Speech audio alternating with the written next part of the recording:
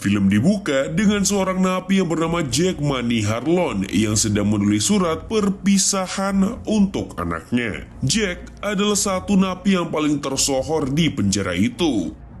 Suatu hari, seorang napi mati tergantung di dalam sel. Para napi menganggap dia telah bunuh diri, tapi petugas tidak percaya sama sekali. Hari itu juga Jack dibebaskan. Seorang petugas yang mengantarnya ke pintu depan tiba-tiba mengatakan salam dari skinhead. Lalu Jack pun diantar pulang oleh sebuah mobil. Bagaimana seorang Jack bisa masuk penjara? Mari ikuti kisahnya.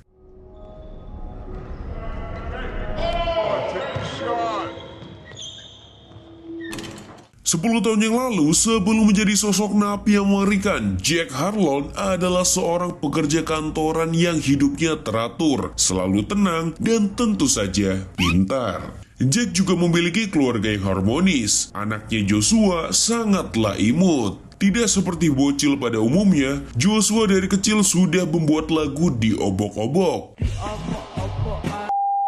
Jack dan istrinya yang bernama Kate juga sangat mesra. Suatu malam, Jack dan Kate ngopi bareng dengan teman mereka, Tom dan Jennifer. Mereka bersenang-senang bersama. Kemudian mereka pulang bareng naik mobil milik Jack. Saat sedang asik bercanda, tiba-tiba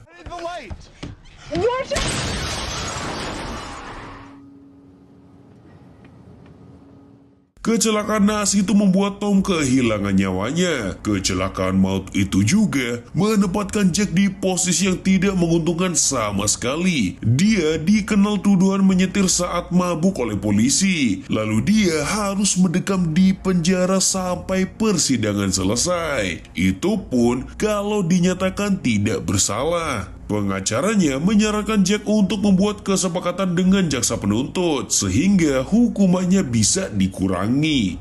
Jack memilih untuk mengikuti saran Steve, pengacaranya, untuk membuat kesepakatan walaupun istrinya siap membantu Jack dalam persidangan. Jack bisa saja bebas tanpa kurungan, tapi persidangan terlalu beresiko jika kalah. Jack bisa dihukum 7 tahun penjara. Singkat cerita, akhirnya Jack dipenjara. Steve menasehati Jack untuk tetap kuat walaupun dia disatukan dengan para kriminal keji yang melakukan pembunuhan dan kekerasan lainnya. Steve menyarankan agar Jack tidak terlalu mencolok.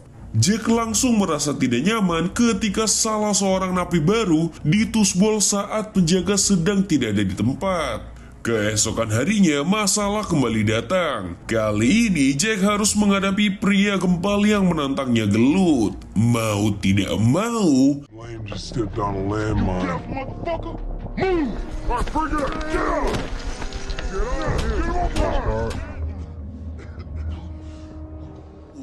akhirnya Jack pun melawan. Para petugas pun langsung mengamankan keduanya. Jack dipindahkan ke sel isolasi setelah itu. Berkat kejadian itu, Jack kini mendapatkan perhatian dari Frank, anggota geng skinhead, dan atasannya yang bernama Bang Toyib. Bang Toyib memperingatkan Jack untuk tidak banyak cincong dan gaya-gayaan. Di sini, Jack pertama kalinya dipanggil Money oleh Bang Toyib. Bang Toyib melihat potensi bisnis dari penjara dengan bantuan Jack yang merupakan mantan pialang saham. Suatu hari Jack dikunjungi oleh Kate. Dia juga mendapatkan surat dari anaknya. Tapi Kate tampak sedih. Dia sedang menghadapi badai yang sangat besar. Jennifer menuntut kerugian atas kematian Tom yang tidak wajar. Dan ekonomi Kate sedang sulit-sulitnya. Kate memutuskan untuk berhenti kuliah desain dan kembali bekerja. Tapi Jack melarangnya. Dia ingin Kate tetap meraih mimpinya sebagai seorang desainer. Keesokan harinya, Jack mulai mengerjakan pekerjaan kotor dari Bang Toyib dan juga Frank. Dia disuruh menyelundupkan narkoba yang dibungkus ke dalam balon. Agar tidak ketahuan, dia harus menyembunyikan narkoba itu di dalam lubang silit.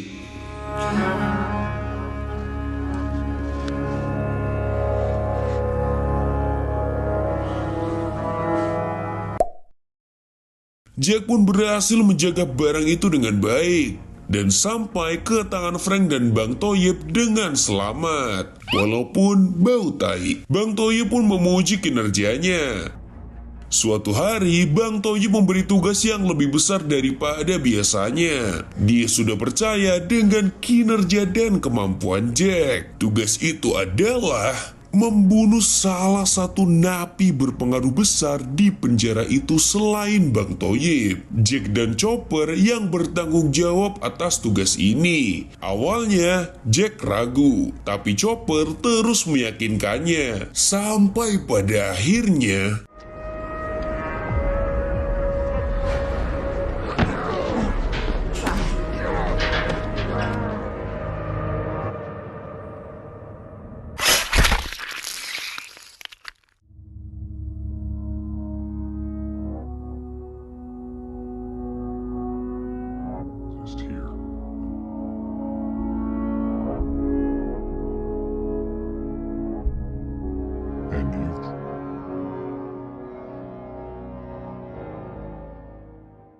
tahun demi tahun berlalu. Kini Jack sudah berewokan dan bertato. Di sana mereka mengamati Bang Thoyib yang sedang berbincang dengan kriminal bernama Mamang Herman Gomez. Orang itu tahu lokasi dan cara jual beli senjata. Suatu hari mereka merencanakan kekacauan agar bisa melarikan diri. Semuanya bersiap dengan senjata masing-masing. Dengan komando Bang Thoyib, mereka pun memulai kekacauan besar.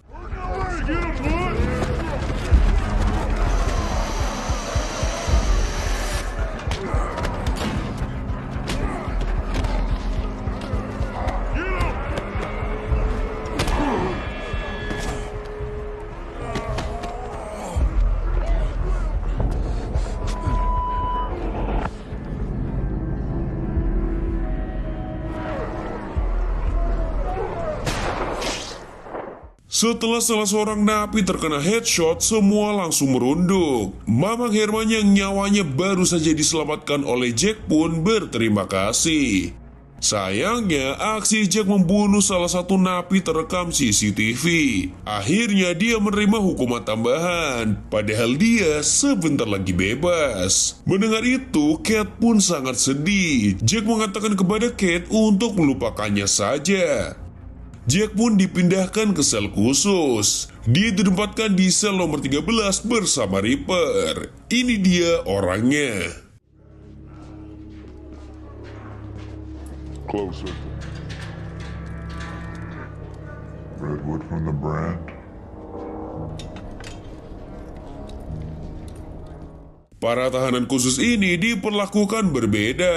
Bahkan mereka tidak boleh berbaur di lapangan. Masing-masing sel punya kurungan mereka sendiri. Di sana penguasanya adalah Redwood. Dia juga kenal dengan sosok misterius yang bernama The Beast, yang juga berkali-kali disebut oleh Bang Thoyib dan juga Frank. Tak lama setelah dipindahkan ke sel tahanan khusus, Jack menerima surat cerai dari Kate. Dia berpikir kalau itu adalah langkah yang benar. Dia tidak mau Kate terlibat dengan urusannya yang beresiko tinggi. Suatu hari, Jack terlibat perkelahian dengan salah seorang napi di sana. Entah apa tujuannya.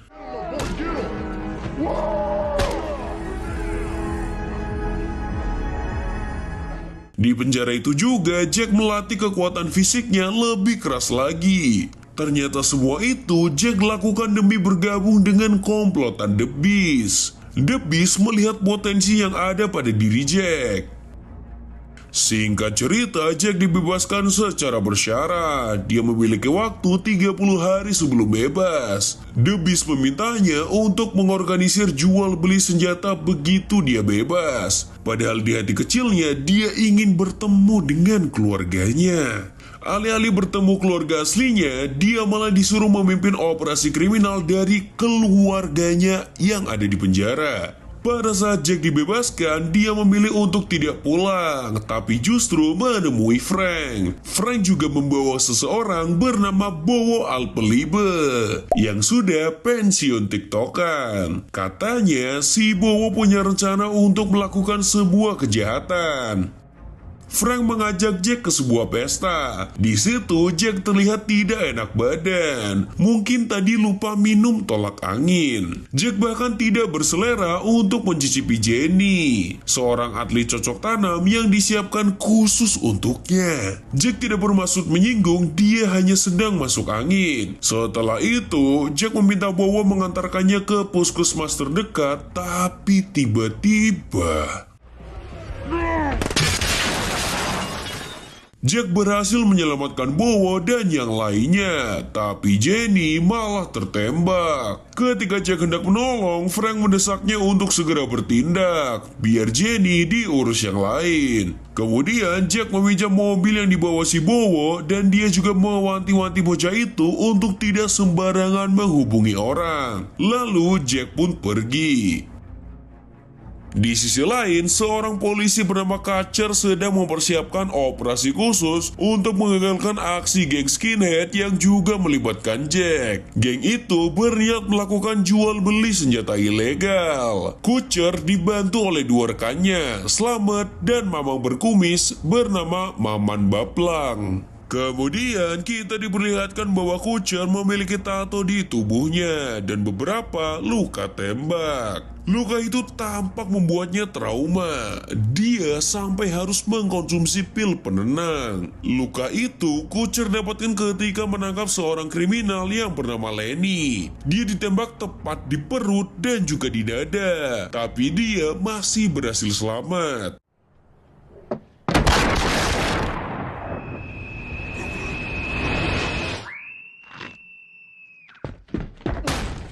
Keesokan harinya, Jack bersama Bowo akan mengunjungi sebuah tempat sebagai bagian dari rencana mereka. Jack bertanya, apakah Jenny mati? Bowo mengatakan kalau Jenny bisa pulih dan dia yakin wanita itu tidak akan menyebarkan kejadian tempo hari. Jack juga meminta Bowo agar memperingatkan semua orang yang ada di pesta itu untuk tutup mulut.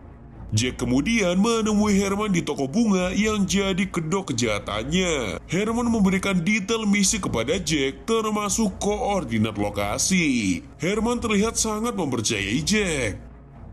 Setelah itu, Jack dan si Bowo ngopi-ngopi di warkop terdekat sambil berbincang tentang masa lalu. Si Bowo menceritakan masa-masa saat dia masih menjadi penembak jitu militer. Dia juga mengenal bisnis senjata saat masih bertugas di Afghanistan. Tiba-tiba Frank datang dan ingin berbicara empat mata dengan si Jack. Frank mengatakan kalau penembakan tempo hari bisa saja ditujukan musuh yang menyusup. Jadi, dia berkesimpulan kalau penembaknya adalah anak skinhead. Jack marah kepada Frank setelah itu. Frank berjanji akan menemukan penembak itu. Jack kemudian memojokkan si Bowo karena telah melanggar aturannya. Bowo salah karena memberitahu keberadaan Jack kepada Frank. Padahal untuk melancarkan rencana, Jack tidak boleh terlihat bersama anggota geng. Keesokan harinya, Jack menemui Kutcher yang juga mengurusi napi bebas bersyarat seperti dirinya. Kutcher ingin memastikan Jack tidak melanggar peraturan bebas bersyarat. Selain itu, Jack juga mendatangi Kate setelah 7 tahun tidak berkabar. Jack meminta maaf kepada Kate karena tidak memberi kabar. Dia hanya tidak ingin melibatkan Kate dan Joshua dengan urusan gengnya. Jack memberikan sebuah cek berisi ratusan dolar kepada Kate. Awalnya Kate menolak uang haram itu, tapi Jack memaksanya karena dia bilang malam itu sebagai malam terakhir mereka bertemu. Malam itu, Jack dan yang lainnya rapat di tempat dugem. Dia mengecek semua rencana untuk memastikan semua itu bisa berjalan lancar. Selain bersama Frank dan Bowo, dia juga dibantu Chopper dan anak baru bernama Howard. Setelah rapat, Jack membuntuti Frank yang bersikap sangat aneh belakangan ini. Ternyata setelah dibuntuti lumayan jauh, Frank ketemuan dengan Kutcher. Jack mengamati dari jauh. Frank membocorkan rahasia geng karena pacarnya yang bernama Monica berada di penjara. Kutcher berjanji akan mengamankannya kalau Frank mau membantunya dalam investigasi. Kutcher menanam pelacak di HP-nya Frank untuk mengawasi gerak-geriknya. Keesokan harinya, Jack kedatangan Kate. Tidak hanya itu, Joshua yang kini sudah beranjak dewasa pun muncul dari dalam mobil. Joshua ingin ayahnya kembali ke keluarga seperti dulu. Hidup harmonis. Joshua mengerti bahwa ayahnya menjauh karena ingin melindungi mereka, tapi dia tetap ingin ayahnya keluar dari geng. Jack tidak sanggup menahan tangisnya. Oleh karena itu, dia menutup pintu keras-keras agar Joshua dan Kate pergi. Setelah itu, Jack tidak sengaja melihat mobil terparkir di depan tempatnya menginap. Mobil itu adalah milik Slamet yang ditugaskan untuk membuntuti Jack. Jack pun langsung mencari akal untuk kabur lewat jalur belakang. Kemudian Jack langsung bertemu dengan Bowo. Di sana, dia juga ikut mencurigai Bowo. Jack bertanya di mana Bowo bertemu Frank. Bowo berkenalan dengan Frank lewat Jenny. Kemudian obrolan tentang senjata membuat Frank tertarik. Padahal Bowo sama sekali tidak ingin bergabung dengan geng semacam itu. Sementara itu, Kucer masih mengawasi gerak-gerik Frank dari layar GPS. Kemudian Maman Baplang selaku orang yang lebih tua menasihati Kucer agar beristirahat di kantor saja, karena Kucer baru pulih dari luka tembaknya. Tapi Kucer tetap ingin fokus. Dia tidak mau lengah. Di sisi lain, Jack datang menemui Frank. Frank tidak tahu kalau maksud Jack datang adalah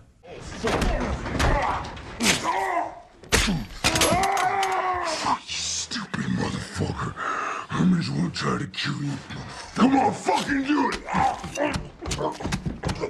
sebelum akhirnya Frank modar, dia sempat memberitahu Jack kalau yang berkhianat sebenarnya adalah Herman. Dia melakukannya karena terpaksa. Mendengar itu, Jack kebingungan. Dia kira Herman percaya kepadanya. Jack membiarkan mayat Frank begitu saja, sampai akhirnya Kucer berhasil menemukannya dengan mudah.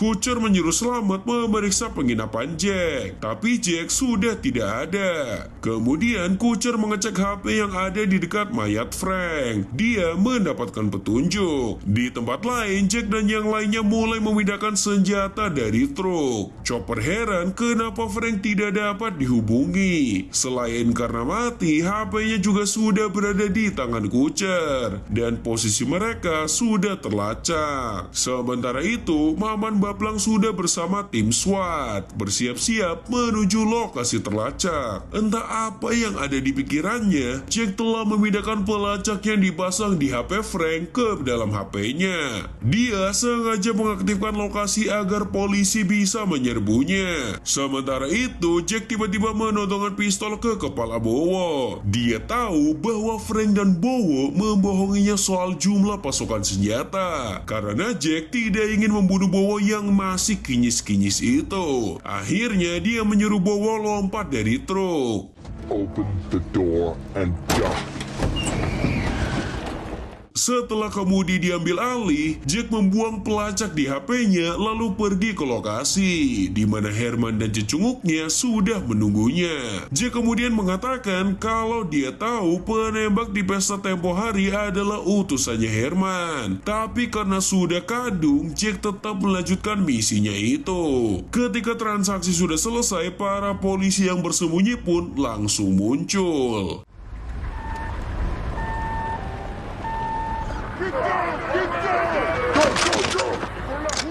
Akhirnya mereka semua pun tertangkap. Dari sorot matanya, sepertinya Jack sengaja menyerahkan diri karena sudah lelah dengan semua itu. Jack pun dipenjara lagi, kali ini jauh lebih lama. Kucer menawarkan kesepakatan kalau Jack mau membuktikan The Beast dan yang lainnya juga bersalah, maka dia akan dibebaskan. Tapi Jack menolak tawaran itu. Dia sudah lelah. Akhirnya Jack dipertemukan kembali dengan The Beast. The Beast marah besar karena Jack membocorkan lokasi pertemuan. Saat Jack hendak dikeluarkan, dia berhasil membuka borgolnya. Dan itu semua sudah direncanakan sebelum kembali ke penjara ini. Alhasil, Easy. Drop. Not ready to yell.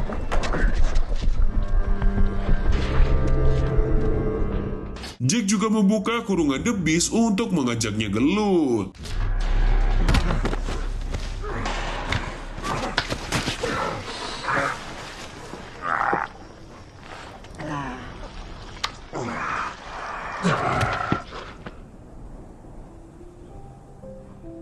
The Beast pun modar setelah lehernya ditusuk silet cukur. Kemudian Jack mengatakan kepada sipir yang tadinya dikuasai oleh The Beast bahwa kini Jack adalah penguasanya, menggantikan The Beast. Selain itu, Jack juga mengirimkan pesan kepada Kucher. Pesan itu adalah Jack memberitahu sisa pasokan senjata kepada Kucher. Entah apa yang dipikirannya sekarang. Di akhir film, Jack menerima surat dari Joshua. Surat itu mengatakan kalau Joshua akan move on dan terus menjadi pelindung ibunya. Dan Jack pun merebus Millie. Dan film pun selesai.